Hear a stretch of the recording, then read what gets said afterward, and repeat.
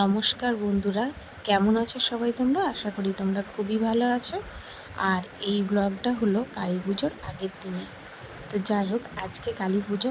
কালী পুজোর অনেক অনেক শুভেচ্ছা সবাইকে। সবাই ভালো থাকবে, সুস্থ থাকবে। আর এটা ছিল আমাদের বাড়ির পাশের মন্দিরের প্রতিষ্ঠার দিন। কালী পুজোর আগের দিনে প্রতিষ্ঠা হয়েছিল, তাই যজ্ঞর কিছু অংশ তোমাদের সাথে তুলে ধরেছি।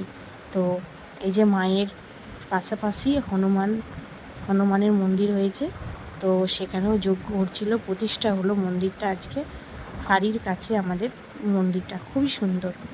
তো তোমাদের সাথে একটুখানি শেয়ার করলাম। এখানে খাওয়া দাওয়ারও ব্যবস্থা হয়েছিল, আর পুজো পাশাও খুব সুন্দর হয়েছিল। আর দিনের বেলাটা তোমরা দেখলে, রাত্রেবেলায় কত সুন্দর লাগছে সেটাও তোমাদের সাথে একটুখানি শেয়ার করে দিলাম। সেজে উঠেছে মা নতুন রূপে। সবাই পুজো ভালো কাটুক, সবাই সাবধানে থাকো, ভালো থাকো, সুস্থ থেকো। ভালো লাগলে লাইক, কমেন্ট, শেয়ার করতে ভুলে যেও না। সাবস্ক্রাইব করা না থাকলে অবশ্যই করে দিও, আর নোটিফিকেশানটা অন না থাকলে অবশ্যই করে দিও আমার নতুন নতুন ভিডিও দেখার জন্য। আর যদি কেউ ফেসবুক থেকে আমার ভিডিওটা দেখতে থাকো, ফলো করতে ভুলে যেও না। তো এই হলো আজকের মায়ের রূপ। ভীষণ সুন্দর লাগছে দেখতে মাকে। আর গোটা মন্দিরটাই তোমাদের সাথে যতটুকু পারলাম শেয়ার করলাম। আজ এইটুকু, দেখা হবে পরের ভিডিওতে।